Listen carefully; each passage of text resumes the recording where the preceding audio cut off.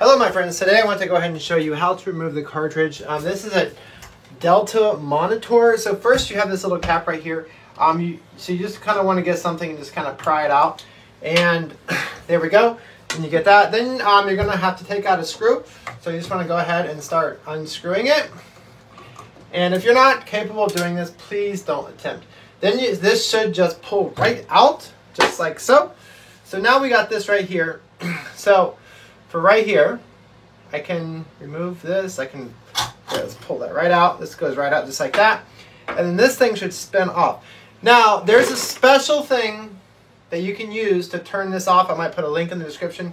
For me, I'm going to use this, but just be aware if you do it and it's tight, it might not work for you and you might actually break your thing or bend it or something. But there is a special tool to use. So boom, we got that out right there. So that's out and that's out. Now, this right here should come out, okay? This should just pop out. So let's go ahead. If I take this right here, there's also special pullers to buy, but this whole thing should just completely slide out. Boom, just like that.